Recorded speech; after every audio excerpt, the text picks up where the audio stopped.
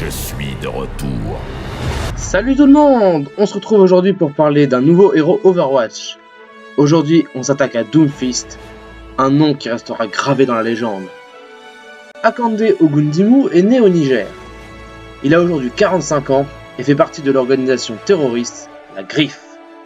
Le nom Doomfist est plus un titre qu'une personne, et il a été porté par 3 personnes notables, portaient tous donc le pseudonyme de Doomfist. Le premier s'appelait Adabu Ngumi.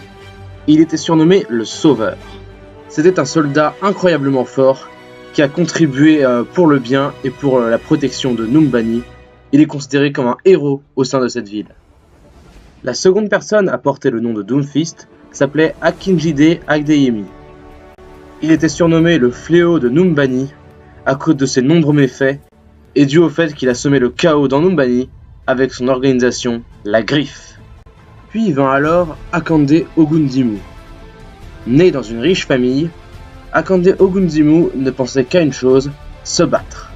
Son charisme naturel et ses compétences en divers arts martiaux le rendirent très vite célèbre dans une grande partie du monde. On sait qu'il participa à la guerre contre les Omniums, et durant un combat, il perdit son bras droit et toute chance de continuer les arts martiaux.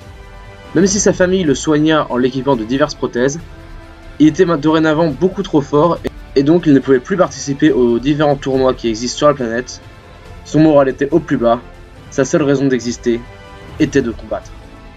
Jusqu'au jour où il rencontrera Adeyemi, le second Doomfist, qui décidera de le prendre sous son aile en tant que disciple et le fera rejoindre la Griffe.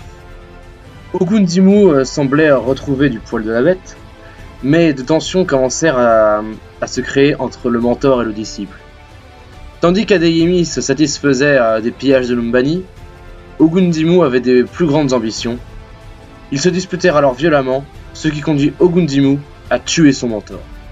Devenu le nouveau Doomfist, il s'éleva rapidement dans les échelons de la Griffe, afin de mener son projet à bien, déclencher une nouvelle guerre.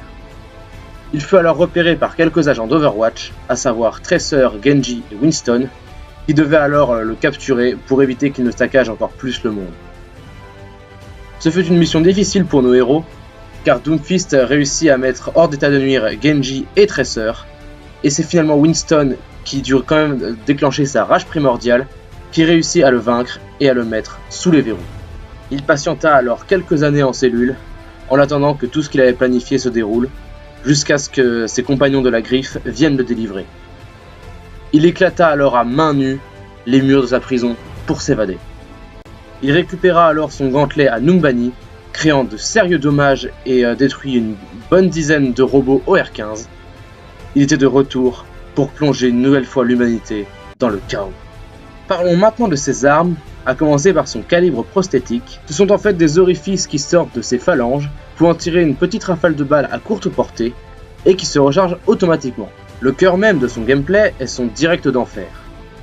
Doomfist peut charger son gantelet fétiche et donner un énorme coup de poing chargé à un adversaire.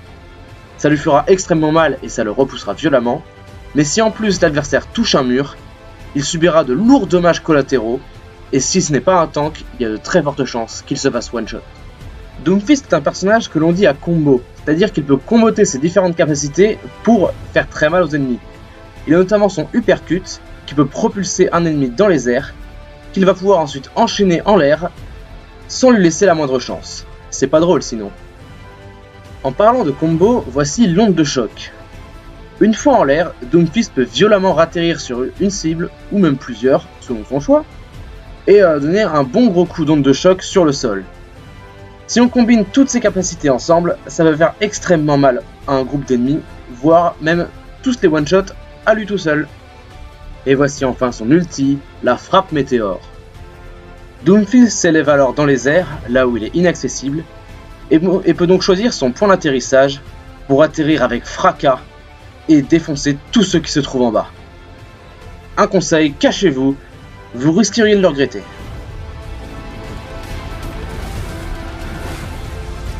C'est donc terminé pour Doomfist, le One Punch Man de Blizzard. J'espère qu'il vous a plu et que vous attendrez la vidéo du prochain et dernier héros pour le moment. Moi je vous dis à la prochaine.